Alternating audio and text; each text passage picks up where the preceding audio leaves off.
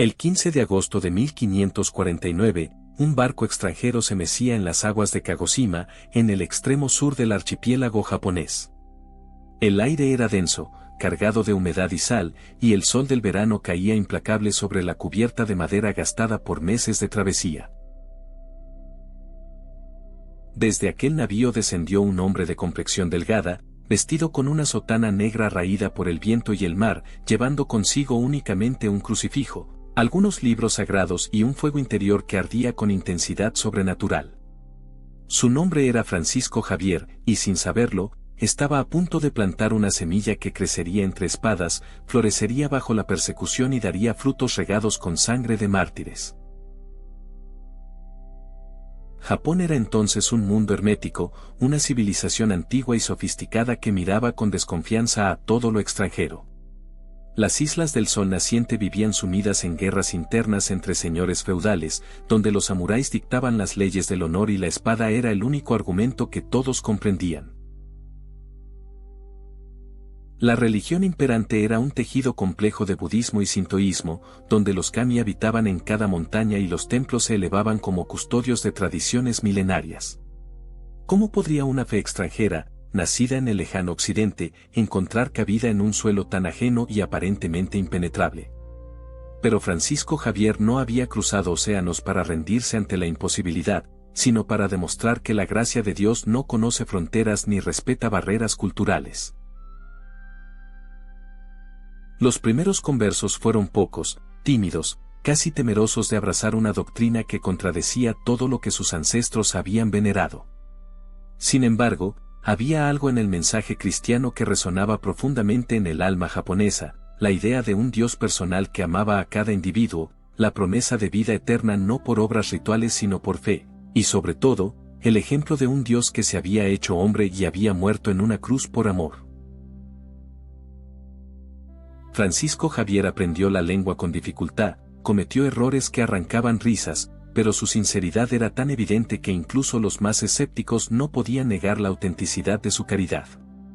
Predicaba en plazas públicas, debatía con monjes budistas, visitaba a los enfermos que nadie tocaba, y poco a poco, gota a gota, la fe comenzó a infiltrarse en aquella tierra de guerreros y poetas.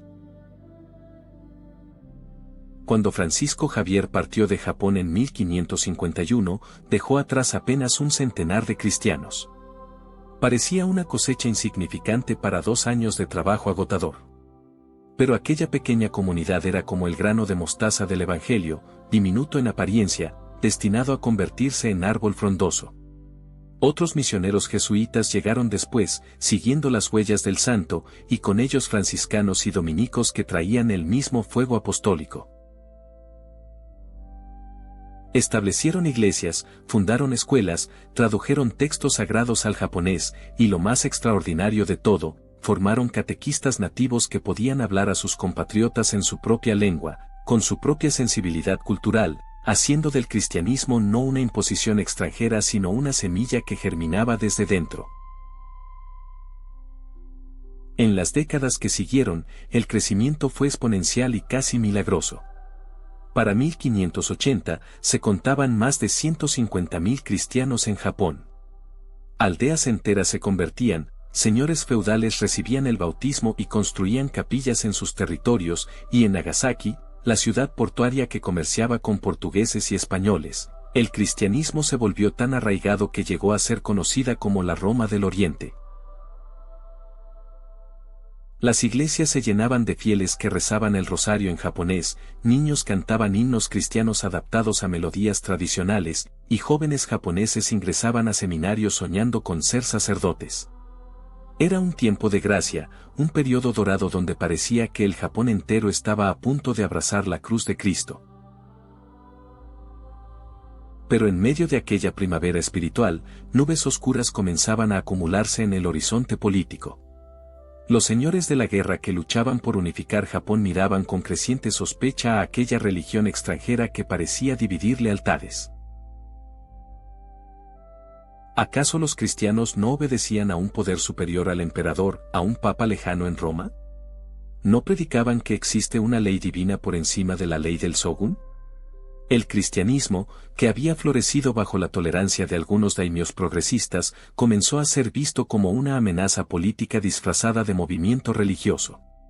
Y cuando Toyotomi Hideyoshi, el unificador de Japón, consolidó su poder absoluto, decidió que aquella fe extranjera debía ser extirpada antes de que enraizara demasiado profundo. El 24 de julio de 1587, Hideyoshi promulgó el primer edicto de expulsión de misioneros. El decreto era claro y brutal: todos los sacerdotes extranjeros debían abandonar Japón en 20 días o enfrentar la muerte. Las iglesias fueron cerradas, las cruces derribadas, y una atmósfera de miedo descendió sobre las comunidades cristianas. Sin embargo, muchos misioneros se negaron a partir, escondiéndose en casas de fieles, celebrando misas en secreto, continuando su labor pastoral a riesgo de sus vidas. Los cristianos japoneses, por su parte, demostraron una fidelidad que sorprendió incluso a los propios misioneros. Preferían la muerte antes que renunciar a su fe recién descubierta. La semilla había germinado tan profundamente que ya no podía ser arrancada sin derramar sangre. Durante casi 10 años, el edicto se aplicó con intermitencia y ambigüedad. Hideyoshi, ocupado con sus campañas militares en Corea, no prestó atención constante a la cuestión religiosa. Pero en 1596, un incidente cambiaría todo para siempre. Un galeón español, el San Felipe, naufragó en las costas japonesas, y entre sus pertenencias confiscadas se encontraron mapas que mostraban las vastas posesiones españolas alrededor del mundo. Los consejeros del Shogun susurraron en su oído que los misioneros eran la avanzada de una conquista militar, que donde iba la cruz, pronto seguían los soldados y los cañones. Fuera cierta o falsa aquella interpretación, Hideyoshi decidió enviar un mensaje que resonaría por toda la eternidad. El cristianismo sería aplastado con un terror tan absoluto que nadie se atrevería jamás a seguir aquella fe extranjera. Así comenzó a gestarse el más grande martirio colectivo que el Oriente había presenciado. Entre los cristianos de Japón, tanto misioneros como conversos nativos, había un joven jesuita que estaba destinado a convertirse en el rostro y la voz de aquel sacrificio supremo. Su nombre era Pablo Miki, y su historia personal encarnaba la belleza y la tragedia de todo el cristianismo japonés: un alma dividida entre dos mundos, un corazón que eligió la cruz antes que la espada, un hombre que predicaría su último sermón no desde un púlpito, sino desde el madero de su propio martirio. En el año de 1562, en algún lugar de la provincia de Setsu, nació un niño destinado a portar dos mundos en su pecho. Su padre era un guerrero samurái, un hombre forjado en el código del Bushido, donde el honor valía más que la vida y la espada era extensión del alma. La familia Miki pertenecía a esa aristocracia militar que había gobernado Japón durante siglos, guardianes de tradiciones ancestrales, custodios de un modo de vida que reverenciaba a los antepasados y consideraba sagrado el deber hacia el señor feudal. Pero aquel niño, pequeño Pablo, estaba destinado a romper con todo aquello, a elegir una espada invisible que cortaría más profundo que cualquier katana, la palabra de Dios. La conversión de la familia Miki al cristianismo ocurrió cuando Pablo era apenas un niño.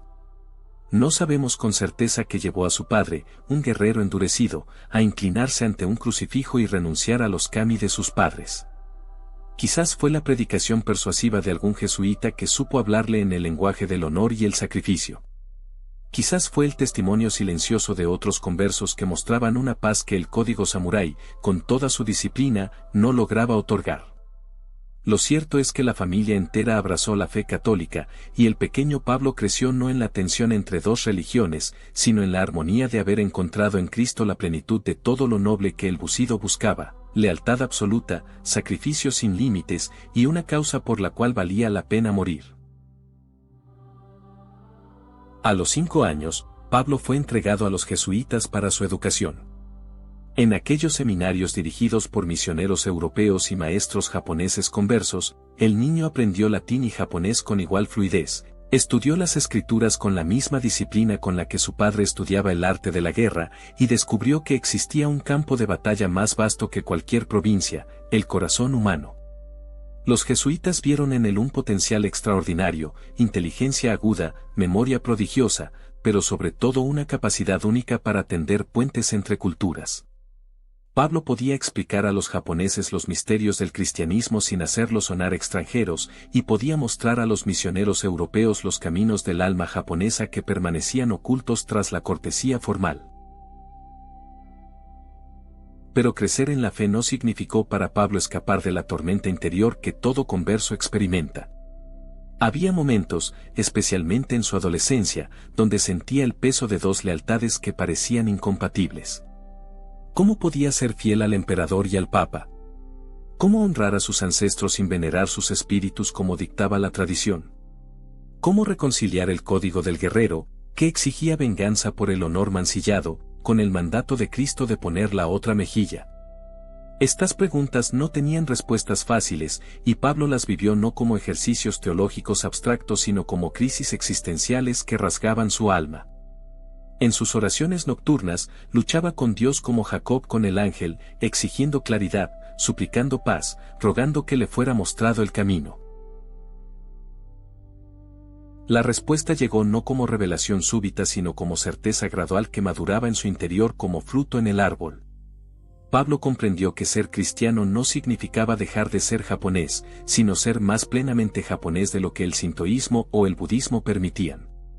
El verdadero Bushido, el camino auténtico del guerrero, culminaba en Cristo, quien había mostrado el valor supremo, morir no por honor propio sino por amor al enemigo.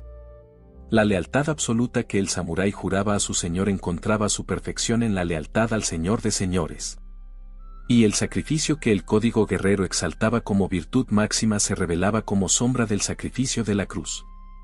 Pablo Miki se dio cuenta de que no tenía que elegir entre dos mundos, tenía que integrarlos en una síntesis superior donde lo mejor de Japón se transfiguraba por la gracia de Cristo. A los 25 años, Pablo había desarrollado una reputación formidable como predicador. Su elocuencia era legendaria, capaz de mover a lágrimas a auditorios enteros con la belleza de sus palabras y la profundidad de sus argumentos.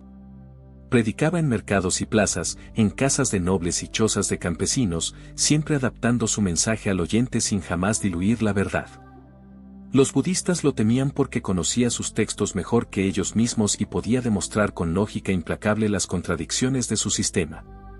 Los paganos lo respetaban porque veían en él no a un extranjero que despreciaba su cultura, sino a un japonés que había encontrado la plenitud de su identidad.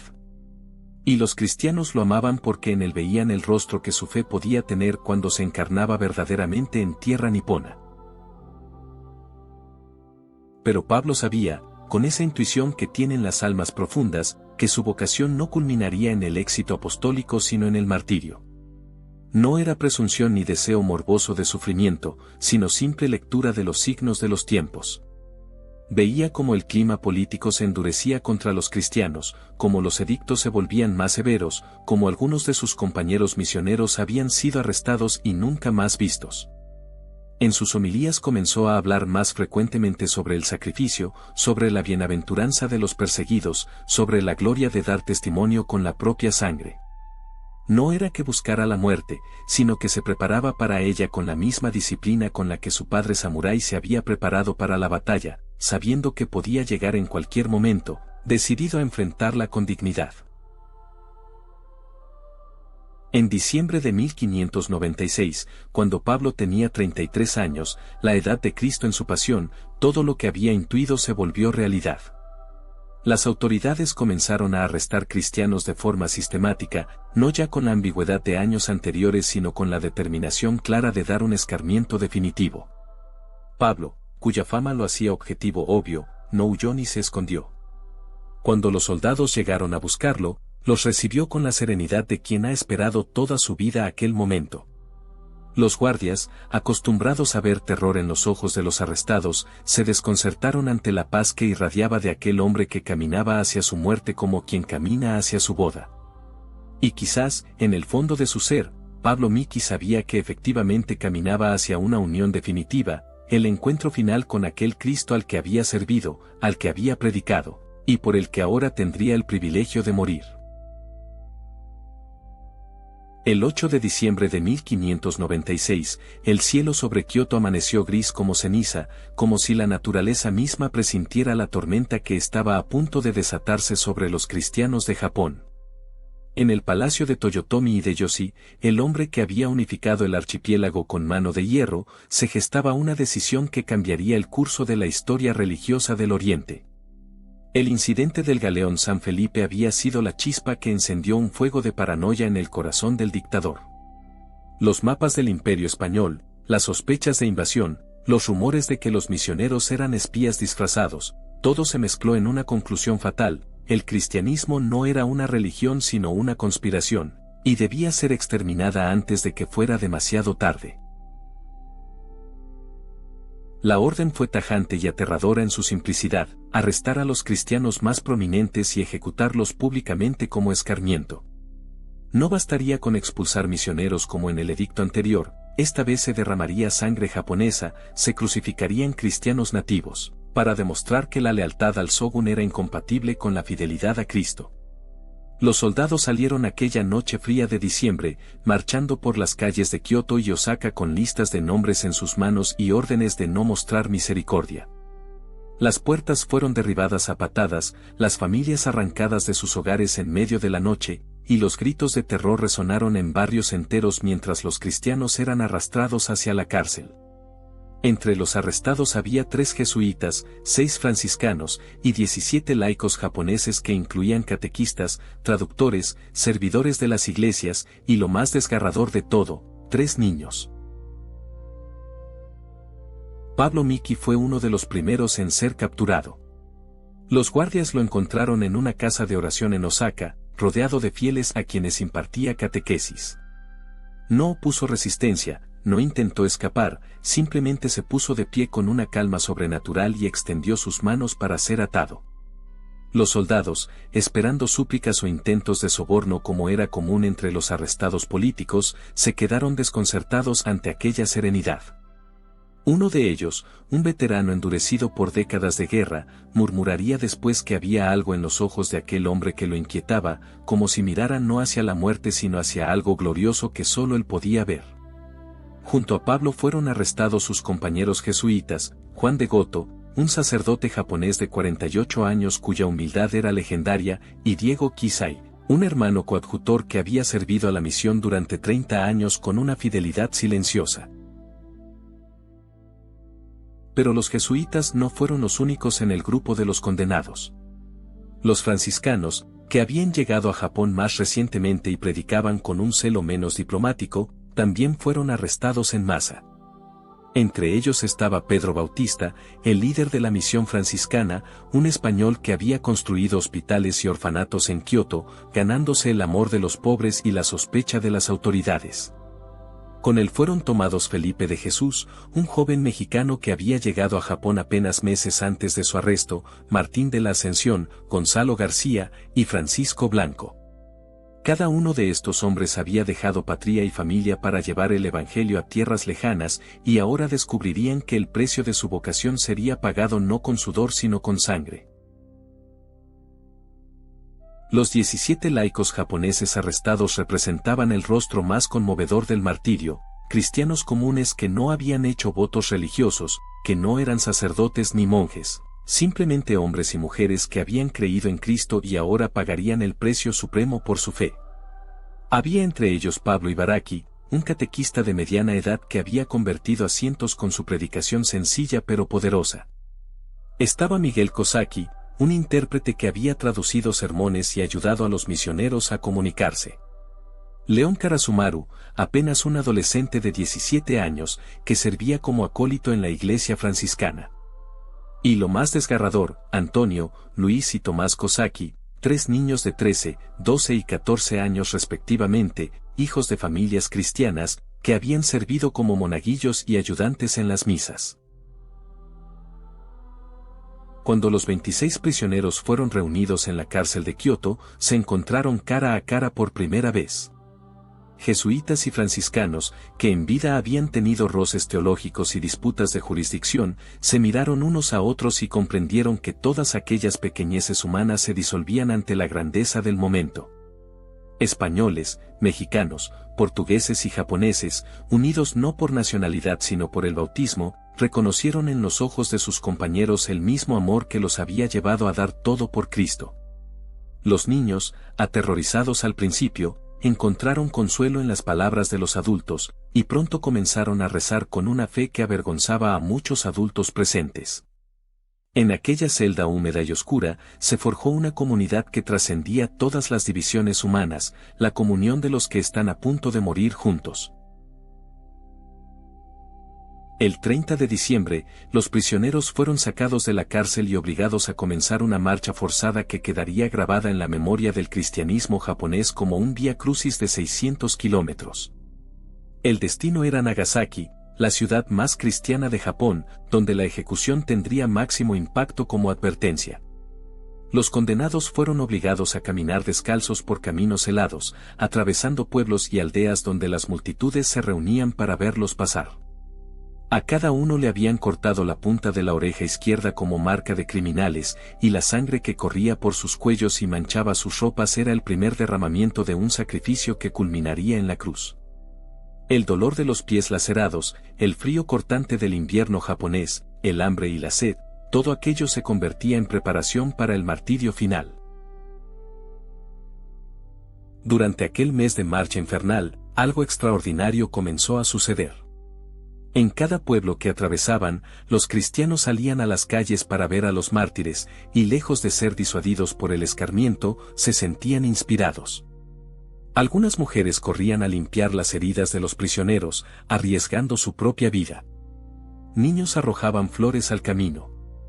Y los mismos condenados, en lugar de lamentarse, predicaban a las multitudes, cantaban himnos, y convertían aquella procesión de vergüenza en un triunfo del espíritu.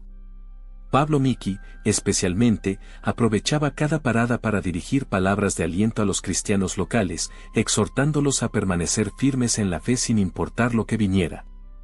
Su voz, aún poderosa a pesar del sufrimiento, resonaba con una autoridad que no venía de su cargo sino de su cercanía a Dios.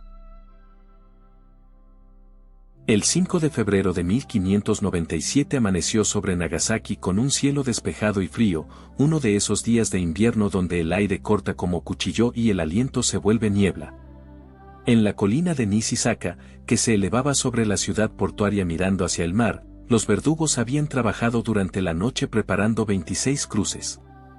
No eran cruces altas como las del Calvario romano, sino estructuras bajas de madera tosca, diseñadas para que los condenados quedaran a la altura de los ojos de la multitud, forzados a mirar a sus espectadores mientras morían. Cada cruz tenía un anillo de hierro a la altura del cuello y cuerdas para atar los brazos y las piernas, porque en Japón la crucifixión no se ejecutaba con clavos sino con ataduras, prolongando la agonía durante horas o incluso días. Cuando los 26 mártires fueron conducidos desde la prisión hasta la colina, una multitud inmensa ya se había congregado. Miles de personas, cristianos y paganos mezclados, llenaban las calles y se agolpaban en las laderas de la colina. Las autoridades esperaban que aquel espectáculo infundiera terror y disuadiera a cualquiera de seguir la fe cristiana. Pero lo que ocurrió fue precisamente lo contrario. Los condenados caminaban no como criminales avergonzados sino como triunfadores que marchan hacia su coronación. Cantaban el Salmo 30, sus voces elevándose en armonía sobre el murmullo de la multitud. Los tres niños, Antonio, Luis y Tomás, caminaban tomados de la mano, sus rostros pálidos pero serenos, rezando el Ave María en voz baja. Y Pablo Miki, en el centro del grupo, irradiaba una paz tan tangible que incluso los soldados que lo custodiaban sentían su presencia como algo sobrenatural. Al llegar a la colina, cada mártir fue asignado a su cruz. Los verdugos, con eficiencia brutal nacida de la práctica, comenzaron a atar a los condenados. Primero las piernas, luego los brazos extendidos sobre el madero horizontal y finalmente el anillo de hierro alrededor del cuello para mantener la cabeza erguida. El dolor era inmediato e intenso, las cuerdas cortaban la circulación, el peso del cuerpo tiraba de las articulaciones y la posición forzada hacía cada respiración un esfuerzo agónico. Pero entre los gritos de dolor que cualquier hombre normal habría proferido, lo que se escuchó fueron oraciones. Felipe de Jesús, el joven mexicano de apenas 24 años, gritaba el nombre de Jesús con cada espasmo de dolor. Pedro Bautista entonaba el Te Deum, dando gracias a Dios por considerarlo digno de aquel sufrimiento. Pablo Miki fue atado a la cruz situada en el centro de las 26, como si incluso los verdugos reconocieran inconscientemente que él era el líder natural de aquel grupo de mártires. Cuando su cuerpo quedó suspendido, cuando las cuerdas comenzaron a morder su carne y el anillo de hierro apretó su garganta, Pablo cerró los ojos por un momento, no en desesperación sino en oración profunda. Y entonces, para asombro de todos los presentes, comenzó a hablar. No con la voz débil de un moribundo, sino con la claridad y la fuerza de un predicador en su púlpito. Era su último sermón, el más importante de su vida, y lo pronunciaría desde la cátedra de su propia cruz. Las palabras de Pablo Miki resonaron sobre la colina con una autoridad que silenció a la multitud. Declaró que era japonés, nacido de padres japoneses, educado por los jesuitas y que moría por la fe cristiana. Afirmó que su doctrina era la verdad, la única capaz de salvar a Japón, y que su muerte no era una tragedia sino un triunfo.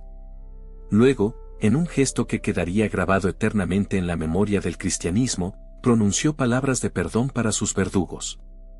Perdonó a Toyotomi Hideyoshi, declarando que rogaba a Dios por su conversión.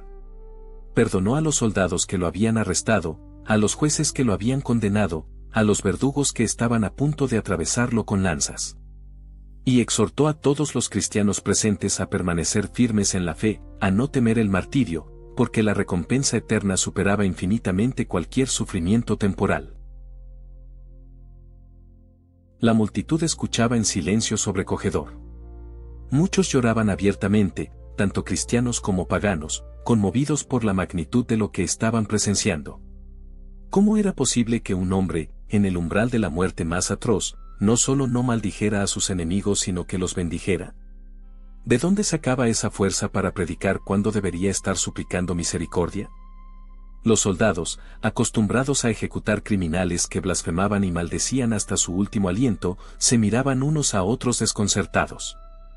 Algunos comenzaban a dudar si realmente estaban ejecutando a criminales o asesinando a santos. Y entre los cristianos presentes, muchos que habían contemplado la apostasía por miedo, sintieron la fe reavivarse en sus corazones como brasas que vuelven a arder. Junto a Pablo, sus 25 compañeros también daban testimonio final. Juan de Goto, el viejo sacerdote jesuita, rezaba el rosario en voz alta, sus dedos moviéndose sobre cuentas invisibles mientras su mente recorría los misterios de la pasión de Cristo. Diego Kisai, el hermano coadjutor que había vivido una vida de servicio silencioso, encontraba ahora su voz para proclamar su amor a Cristo. Los franciscanos cantaban himnos, sus voces entrelazándose en armonía a pesar del dolor. Y los niños, aquellos 3 pequeños que jamás debieron estar en aquellas cruces, rezaban con una fe que avergonzaba a muchos adultos, sus voces infantiles elevando el Padre Nuestro hacia el cielo con una pureza que partía el corazón. Cuando Pablo terminó su sermón, los verdugos recibieron la orden final. Era hora de consumar la ejecución. En la crucifixión japonesa, la muerte no llegaba por asfixia lenta como en Roma, sino por lanzas que atravesaban el cuerpo. Los verdugos se aproximaron a cada cruz, portando largas lanzas de bambú con puntas afiladas. El método era brutal en su eficiencia, 2 lanzas cruzadas atravesaban el torso desde ambos lados, perforando pulmones y corazón simultáneamente. La muerte, aunque violenta, era relativamente rápida comparada con otras formas de crucifixión. Pero para los mártires, aquellas lanzas no eran instrumentos de tortura sino llaves que abrirían las puertas del paraíso. Los primeros en morir fueron los franciscanos del extremo derecho. Se escucharon los gritos finales, mezcla de dolor y júbilo, mientras las lanzas atravesaban sus cuerpos. Luego los laicos, uno tras otro, entregaban sus espíritus con el nombre de Jesús en los labios. Los 3 niños murieron casi simultáneamente, sus pequeños cuerpos convulsionándose brevemente antes de quedar inmóviles, sus rostros adquiriendo una serenidad que parecía angelical. Y finalmente, los verdugos se aproximaron a Pablo Miki. El jesuita, viendo las lanzas acercarse, cerró los ojos, no en miedo sino en anticipación. Sus últimas palabras fueron una oración de acción de gracias: gracias por el privilegio de morir por Cristo, gracias por la gracia de perseverar hasta el final, gracias por la certeza de la vida eterna. Las lanzas atravesaron el cuerpo de Pablo Miki con precisión brutal. Su sangre, mezclada con la de sus 25 compañeros, empapó la tierra de la colina de Nisisaka, convirtiéndola en tierra santa. Y mientras su espíritu abandonaba aquel cuerpo torturado, mientras su último aliento se escapaba entre labios que aún susurraban el nombre de Jesús, algo extraordinario sucedió en los corazones de los presentes. Muchos cayeron de rodillas, no en horror sino en adoración, reconociendo que habían presenciado no una ejecución sino una transfiguración, no una derrota sino una victoria que trascendía toda lógica humana. Los cuerpos de los 26 mártires permanecieron en sus cruces durante días, expuestos a los elementos como advertencia para cualquiera que considerara seguir la fe cristiana. Las autoridades habían prohibido bajo pena de muerte que alguien se acercara a retirarlos o darles sepultura digna. Pero en las noches, cuando los guardias dormían o miraban hacia otro lado, cristianos valientes se deslizaban en la oscuridad hasta la colina de Nisisaka. Recogían la sangre seca de la tierra, cortaban pedazos de las ropas manchadas, tocaban con reverencia las cruces que habían sostenido a sus héroes. Aquellos restos, considerados reliquias sagradas desde el momento mismo del martirio, se dispersarían por todo Japón y más allá, llevando consigo el testimonio de que la fe valía más que la vida misma. La reacción de Toyotomi Hideyoshi ante la ejecución de los 26 fue de satisfacción inicial. Había enviado su mensaje, había demostrado que el poder del shogun era absoluto, había mostrado que ninguna lealtad religiosa podía competir con la obediencia al emperador. Pero para su sorpresa y creciente frustración, el martirio no había apagado el cristianismo sino que lo había inflamado. Los testimonios de lo ocurrido en Nisisaka se extendieron como fuego por todo Japón: hombres que perdonaban a sus asesinos, niños que morían cantando, un predicador que había transformado su cruz en púlpito. Lejos de disuadir conversiones, el martirio se convirtió en el argumento más poderoso a favor del cristianismo. Miles de japoneses comenzaron a preguntar: ¿qué clase de fe puede hacer que un hombre muera así, con tal paz, con tal amor por sus enemigos? En los años inmediatamente posteriores al martirio de Nagasaki, la persecución se intensificó dramáticamente. Lo que Hideyoshi había iniciado, sus sucesores lo perfeccionaron con brutalidad sistemática. Los shogunes Tokugawa, que consolidaron su poder en las primeras décadas del siglo XVII, vieron en el cristianismo una amenaza existencial y se dedicaron a erradicarlo con una eficiencia que superó incluso las persecuciones romanas. Miles fueron martirizados, crucificados, quemados vivos, sumergidos en aguas hirvientes, colgados boca abajo sobre pozos de excremento hasta que la presión reventaba sus venas. La tortura de la Natsurushi, especialmente diseñada para quebrar la voluntad de los cristianos, causaba una agonía prolongada que solo terminaba con la apostasía o la muerte. Y muchos, demasiados, eligieron la muerte. Para 1640, el cristianismo visible había sido completamente eliminado de Japón. Las iglesias fueron destruidas hasta sus cimientos, los misioneros ejecutados o expulsados, y cualquier rastro público de la fe cristiana borrado con determinación implacable. Japón se cerró al mundo exterior con políticas de aislamiento que durarían más de 2 siglos, prohibiendo a cualquier extranjero entrar y a cualquier japonés salir bajo pena de muerte. Las autoridades establecieron un sistema de registro familiar donde cada hogar debía estar afiliado a un templo budista, y aquellos sospechosos de cristianismo eran forzados a pisar imágenes sagradas, el fumie, para demostrar su rechazo a Cristo. El cristianismo, aparentemente, había muerto en Japón después de apenas un siglo de existencia. Pero la semilla plantada con la sangre de los mártires de Nagasaki no había muerto sino que simplemente se había hundido más profundo en la tierra. En aldeas remotas de Kyushu, en comunidades aisladas de pescadores y campesinos, el cristianismo sobrevivió en secreto durante más de 250 años. Estos Kakure-kiri-sitan, cristianos ocultos, transmitían la fe de generación en generación sin sacerdotes, sin sacramentos visibles, sin acceso a la Biblia. Rezaban oraciones en latín corrupto cuyo significado original ya no comprendían, veneraban imágenes budistas que secretamente representaban a María y los santos, y se reunían en cuevas y hogares para celebrar bautismos clandestinos. Su fe, aunque deformada por el aislamiento, nunca se extinguió completamente. El martirio de Pablo Miki y sus compañeros se convirtió en la narrativa fundacional de su identidad, la historia que contaban a sus hijos para explicar por qué valía la pena arriesgar todo por una fe prohibida. El milagro del redescubrimiento ocurrió en 1865, cuando Japón, forzado por las potencias occidentales, abrió nuevamente sus puertas al mundo. Los misioneros católicos franceses construyeron una iglesia en Nagasaki, y un día de marzo, un grupo de japoneses se acercó tímidamente. Preguntaron si en aquella iglesia se veneraba a María, si el sacerdote era célibe, si obedecía al Papa de Roma.